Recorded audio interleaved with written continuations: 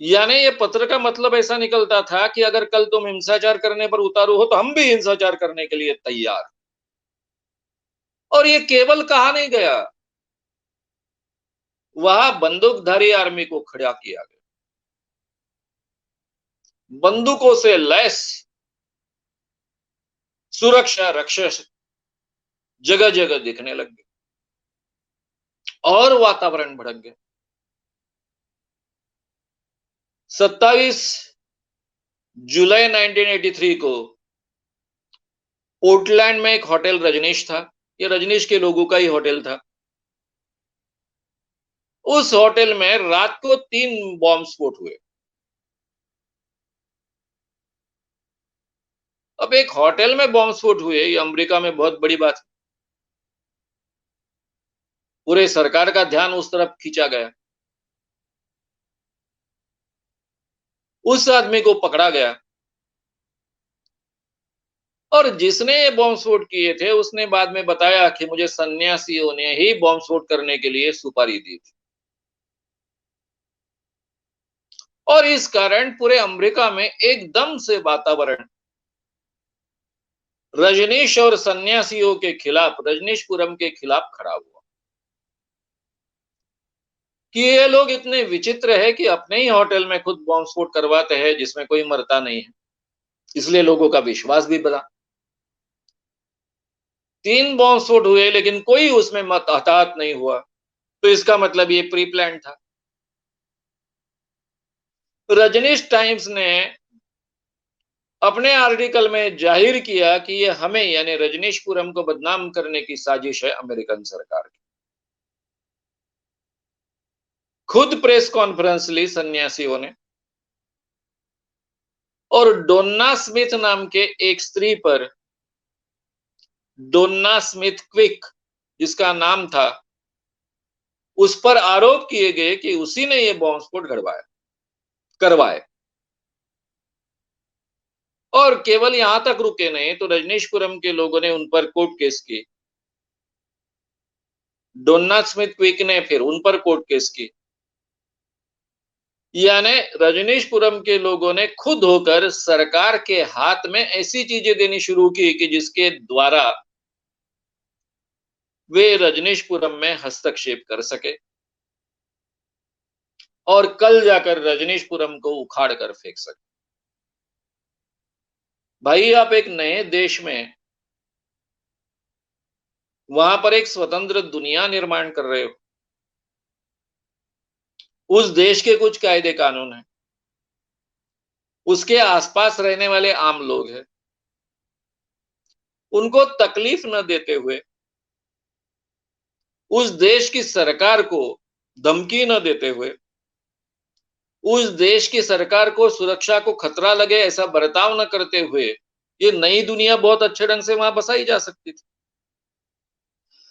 यानी जितनी मेहनत से, जितनी पॉजिटिविटी से, जितनी मेहनत से, जितनी डिवोशन से एक सुंदर विश्व महानिर्माण किया गया था, दिखने को बेहद सुंदर विश्व था। ये सुंदर विश्व के साथ में जो एक सामुदायिक बर्ताव की कल्पना थी, जो होनी चाहिए थी, अगर 5,000 लोग साथ में रहते हैं तो सभी सौहार्द के साथ में रहेंगे तभी जी पाएंगे। तो आसपास उससे कम संख्या में लोग, उनके साथ में सौहार्द के साथ में क्यों जीना पॉसिबल नहीं हुआ? क्योंकि नहीं जीना चाहते थे। जिस आक्रामक ढंग से अपने भक्तों को प्रीचिंग किया रजनीश जी ने, उसी के ये परिणाम थे। अब ये कानूनन लड़ाई शुरू होने के कारण पूरी सरकार इसमें उतर गई। रजनीश का जो वीसा था वो मेडिकल का वीसा था, सरकार वो कभी भी रद्द कर सकती थी क्योंकि अभी 2 साल होने को आए थे। मेडिकल वीजा पर इतने समय तक तो अमेरिका में रह नहीं सकते कोई। इसलिए सरकार रजनीश को देश के बाहर न खदेड़े, अलग प्रयास शुरू हुए कि एक रिलीजियस टीचर का वीसा रजनीश जी को दिया जाए। लेकिन अभी रजनीश जी का मौन शुरू था, उन्होंने ऑलरेडी मौन डिक्लेयर किया था। जो भी सत्संग होते थे, मौन सत्संग होते थे और रजनीश जी के पुराने जो भाषण रिकॉर्ड किए गए वो सुनाए जाते थे। इसलिए सरकार का कहना ऐसा था कि ये रिलीजियस टीचर कैसे हो सकते हैं, ना कोई प्रवचन कर रहे, ना कुछ कर रहे। करीबन सारे दुनिया के रजनीश भक्त निदर्शन करते रहे कि उनको रिलीजियस टीचर का वीसा मिलना चाहिए। वहां भी 3 माह तक ये आंदोलन होता रहा, फिर भी अमेरिकन सरकार ने नकारा। ये रिलीजियस टीचर है, ये सिद्ध करने के लिए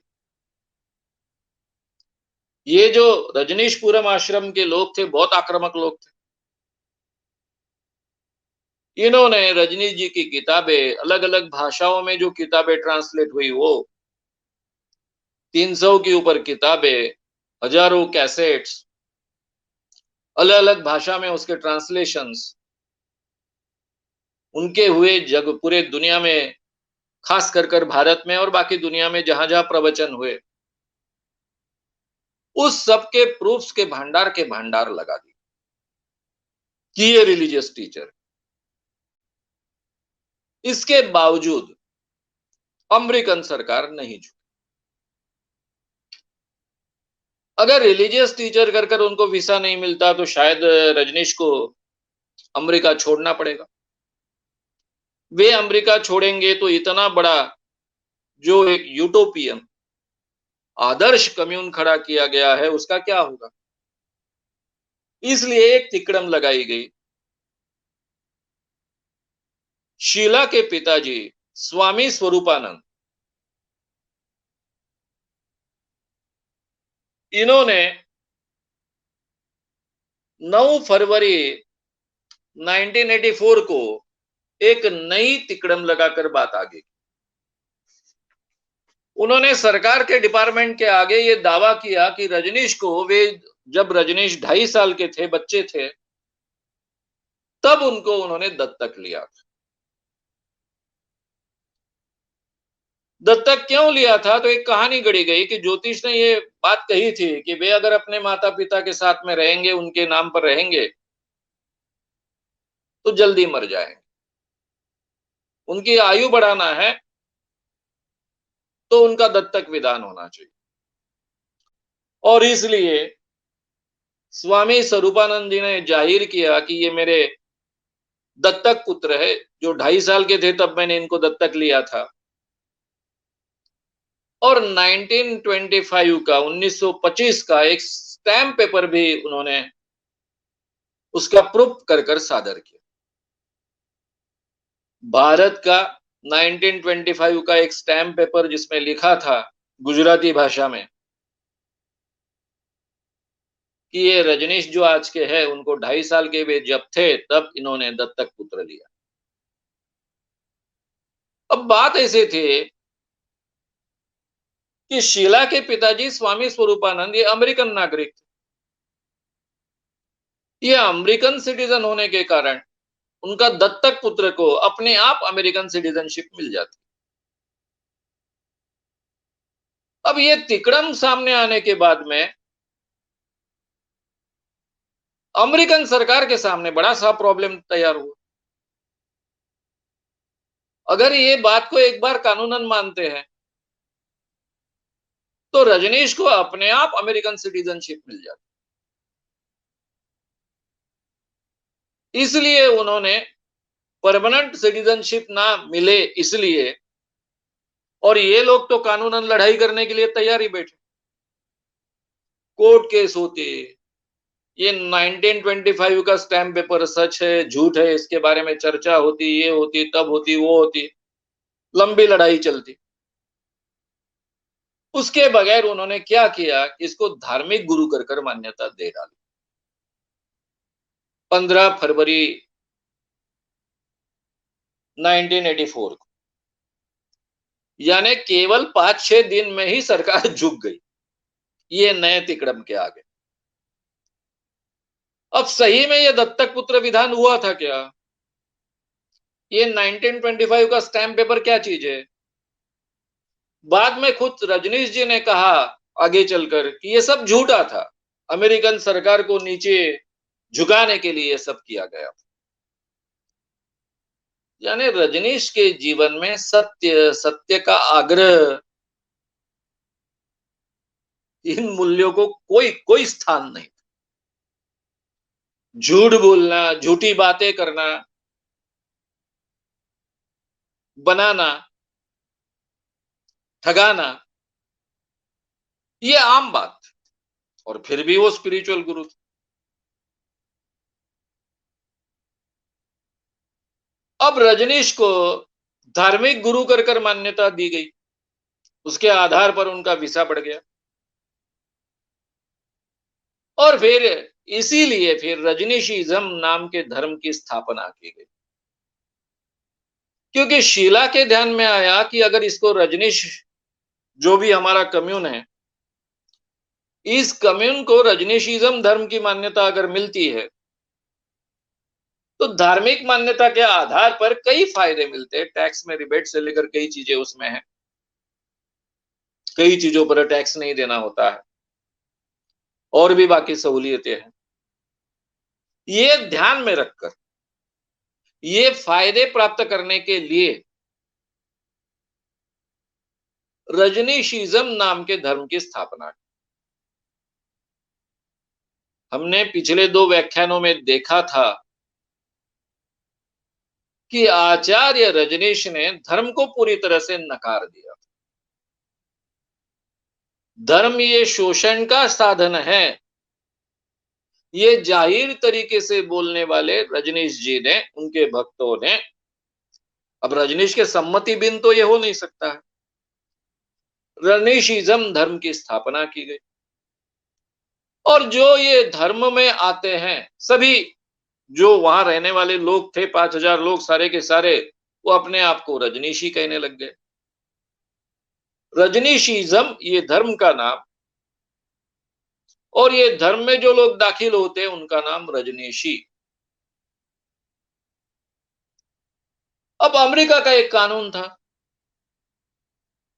कि धर्म और राज सत्ता एक साथ में नहीं आ सकती।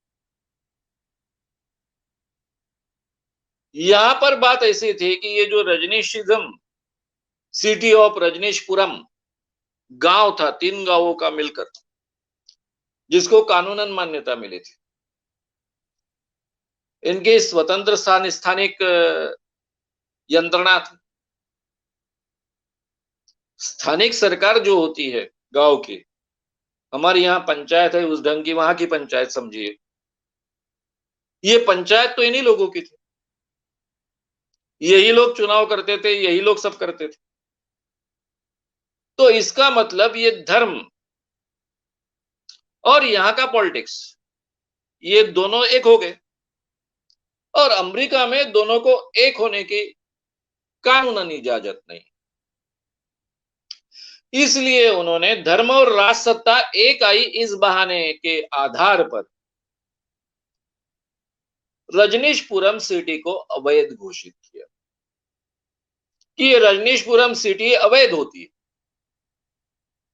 इस सिटी को जो अमान्यता मिली है कानूनन, वो कानूनन मान्यता वैध नहीं रहती है, क्योंकि ये धर्म और